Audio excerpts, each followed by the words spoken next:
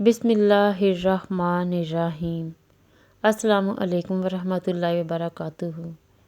تازہ گلابوں کی مہک، چاہت کے سب رنگ، ساری دنیا کی نعمتیں اللہ کریم آپ کو عطا فرمائے۔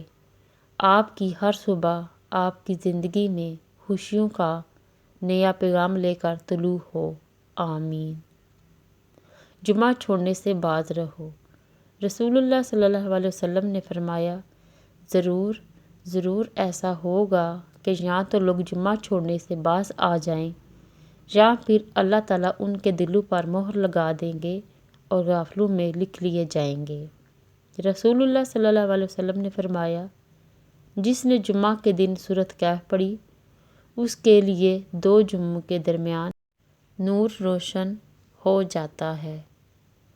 نبی کریم صلی اللہ علیہ وسلم نے ارشاد فرمایا، تمہارے دنوں میں سب سے افضل دن جمعہ کا دن ہے۔ اس دن کثرت سے درود شریف پڑھا کرو کیونکہ تمہارا درود مجھے پہنچایا جاتا ہے۔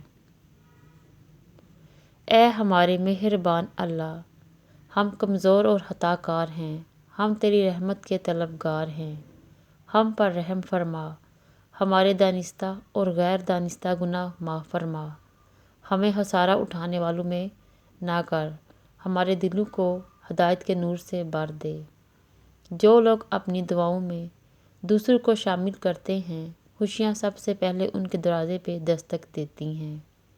دعا: اے اللہ، تو نے حضرت اسماعیل علیہ السلام کو قربانی کے وقت محفوظ رکھا، حضرت عیسیٰ علیہ السلام کو سولی پہ محفوظ رکھا، حضرت ابراہیم علیہ السلام کو آگ سے محفوظ رکھا، حضرت موسیٰ علیہ السلام کو فرعون کے حملے سے محفوظ رکھا، حضرت یونس علیہ السلام کو مچھلی کے پیٹ میں محفوظ رکھا، حضرت نوح علیہ السلام کو طوفان سے کشتی میں محفوظ رکھا۔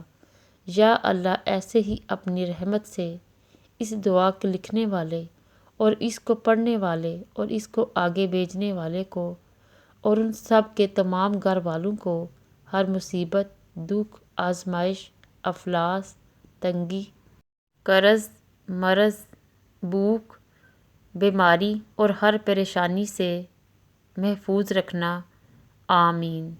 اللہ نگہبان۔